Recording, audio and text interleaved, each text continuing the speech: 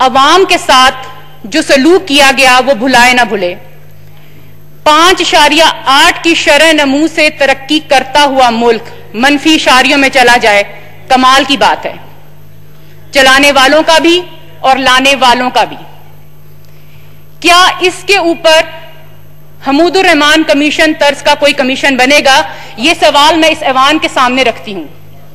حمود الرحمان commission اس ملک کو 2 لخت کرنے والوں کے خلاف تھا، اور جس کمیشن کی تجویز میں دے رہی ہوں وہ اس ملک کو سیاسی طور پہ، معاشی طور پہ اور اخلاقی طور پر کئی لخت کرنے والوں کے خلاف بننا چاہیے. یہ کمیشن نہ صرف اس حکومت کے خلاف بننا چاہیے بلکہ ایک چلتی ہوئی حکومت کو گرانے اور ملک کو ان حالات تک لانے والے اصل کرداروں کے خلاف بھی بننا چاہیے. محترم، حکومتی بینچوں سے میری ایک بہن کہا کرتی تھیں کہ حکمرانوں کی اپنی برکت ہوتی ہے، ان کی نیتوں سے چیزوں کی فراوانی ہوتی ہے. تو جناب فراوانی تو ہوئی ہے، بیماریوں کی فراوانی، بھوک غربت کی فراوانی، خوف کا شدت کے ساتھ بڑھتا ہوا احساس، فراوانی ہی فراوانی ہے. یہ وہ انار کے باغوں والا معاملہ ہے. موجودہ دیکھ لیجئے موجودہ یہ جو حکمران ہیں ان کے دور میں کن چیزوں کی آسانی ہے. بیماری کی آسانی، ٹڈی دل، جنگ کے خطرات، ڈینگی، بے روزگاری. کتنی برکت ہے، برکت ہی برکت ہے. میڈیا جو ریاست مدینہ کی مثالیں دیتا تھا اور باتیں کیا کرتا تھا، اس وقت چپ اور گنگ. جو کوئی سچ بات کہے اس کی گردن مار دو، ورنہ اس کو نوکری سے تو ضرور ہی نکال دو.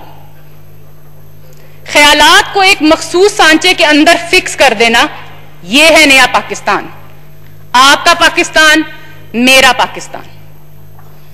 اس پہ جناب یہ بجٹ تباہی پر مزید تباہی کی نوید.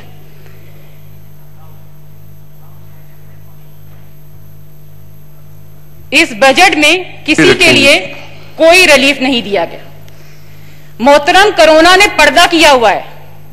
آپ کہیں گے کہ ہمارا تو اس میں کوئی قصور نہیں، یہ تو اللہ تعالیٰ کی طرف سے نازل ہوا، یا اگر یہ مین میڈ بھی ہے تو اس میں ہمارا کوئی قصور نہیں. جناب قصور ہے.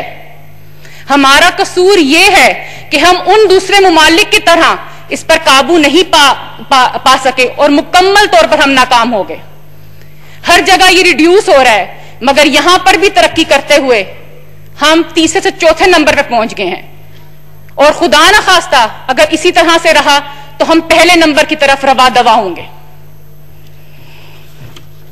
بجٹ، ہاں جی، بجٹ 2020 یعنی وہ مشکلات جو ہمیں درپیش ہیں اور اگلے سال تک جانے کے لیے ہمیں ان کے اثرات کو جھیلنا ہے، ان معاملات کو ہم نے میٹ وٹ کرنا ہے. پہلا مسئلہ کرونا. آپ کنفیوز.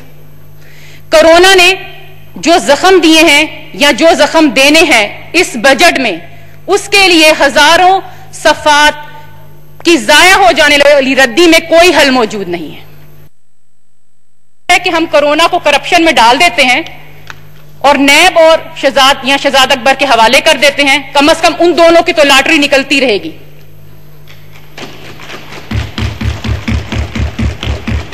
اس کرونا سے جو اموات ہوئی ہیں یا جو لوگ بیمار ہیں انہیں ہم قدرت کے کھاتے میں ڈالتے ہیں اور ثواب دارین بھی اس طرح سے ہم حاصل کر لیں گے. وہ ثواب جناب جس کا چین کو، امریکہ کو اور برطانیہ کو اس کی قطعی ضرورت نہیں ہے. وہ لوگ اس دنیا میں ہی لوگوں کی خدمت کرنے پہ یقین رکھتے ہیں. اور ہاں، ہم ان کے لیے دعا ضرور کر سکتے ہیں کہ اللہ جلد از جلد انہیں یہ توفیق دے کہ وہ اس وبا سے، اس بیماری سے بچنے کی کوئی ویکسین یا دوا جو ہے وہ لے آئیں اور ہم اس بیماری سے، اس موذی مرض سے بچ جائیں. تو میری تجویز یہ ہے جناب کہ اس بجٹ اجلاس کا اختتام بھی ہم نہ اسی دعا سے کریں، اور ان کے اندر اتنی ہمدردی تو ہوگی کہ وہ ہمارے جو قرضہ جات ہیں ان کو ری شیڈول کر کے ہم سے مزید دعائیں لیں، اور اسی طرح کی ایک دعا ہم اگلے منی بجٹ کے لیے مؤخر کر دیتے ہیں۔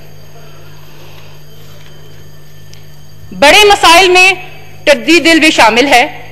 پاکستان کے اس وقت 40 اضلاع اس سے شدید متاثر ہوئے ہیں، 33 اضلاع کا تعلق بلوچستان سے ہے۔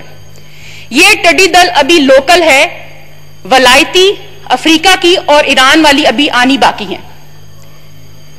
اس میں بھی ہم نے خیرات کے حوالے سے کاسا گدائی جو ہے وہ آگے کیا ہوا ہے، اور ہم خیرات اور چندہ مانگنے میں ویسے بھی کافی تجربہ رکھتے ہیں۔ محترم، یہ جو خیرات، یہ جو چندہ کافروں کی طرف سے آیا ہے، اس میں سے وفاقی حکومت بلوچستان کو کچھ زیادہ نہ دے کر ہم بلوچستانیوں کا ایمان بچانے کی بھرپور کوشش کر رہی ہے۔ آخر یہ امداد ہے تو کافروں کی نا، تو اس پر اس ایوان کی طرف سے یا کم از کم ہم بلوچستان کے جو ممبران ہیں ان کی طرف سے ایک قرارداد شکریہ کے اس ایوان میں پیش کرنا چاہوں گی کہ وفاقی حکومت ہمارا ایمان بچانے کی سر توڑ کوشش کرنے پر شکریہ کے مستحق ہے۔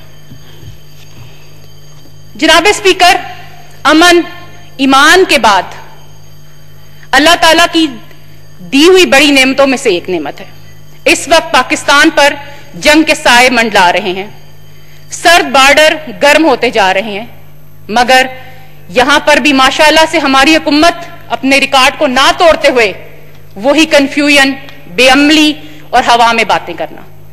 محترم، اگر اسی طرح سے معاملات کو ڈیل کیا جاتا رہا اور آپ کرتے رہے تو یہ جو آپ نے اپنی ٹینور کا 40% حصہ پورا کر لیا ہے 2 سال کا عرصہ، تو آپ یہاں پر کھڑے ہو کر اپنی اچھائیاں اور اپنی جو آپ نے عمل کیے ہیں اچھے خوبیوں والے وہ بیان کر رہے ہوتے ہیں۔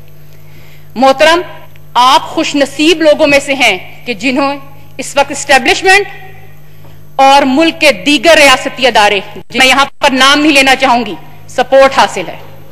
محترمہ وائنڈ اپ کریں کیونکہ آپ کا ٹائم آلموسٹ کمپلیٹ ہو گیا جی۔ اس پہ تو میں ذرا اپنی یہ تقریر کمپلیٹ کر لوں، پھر میں اس ٹائم کے اوپر بھی آپ سے بات کرنا چاہوں گی، اور جیسے ہی بات ہم ذرا ان چیزوں کی کرتے ہیں آپ لوگ فوراً ہمیں ٹائم یاد دلا دیتے ہیں۔ آپ کی پارٹی نے 9 منٹ ہے اور آلموسٹ آپ نے 49 منٹس۔ اچھا، میں 1 منٹ مجھے دے دیجئے، بلکہ آپ کو 1 منٹ زیادہ دیے۔ چلیں، شکریہ جی۔ میں بات کر رہی تھی ان ریاستی ستونوں کا جن کا میں یہاں پر نام نہیں لینا چاہ رہی، جن کی سپورٹ آپ کو حاصل ہے، اسٹیبلشمنٹ کی سپورٹ آپ کو حاصل ہے۔ اللہ میاں نے آپ کو یہ موقع بھی فراہم کر دیا کہ آپ اپنی غلطیوں کو، اپنی خامیوں کو کورونا کے کارپٹ کے نیچے ڈال سکتے ہیں، مگر محترم، میں اپنی بات ختم کرتے ہوئے یہ کہوں گی کہ وہ وقت دور نہیں، اور میں یہ دیکھ رہی ہوں کہ اس عوام، استحصال زدہ اور غریب عوام کے ہاتھ آپ کے گریبانوں تک پہنچ رہے ہیں۔ Thank you very much. اور یہ وقت اللہ جانتا ہے کہ ہفتے لگیں گے یا دن، لیکن انجام آپ کے سامنے ہے، اور اس کے ساتھ میں آپ کا شکریہ ادا کروں۔ Thank you.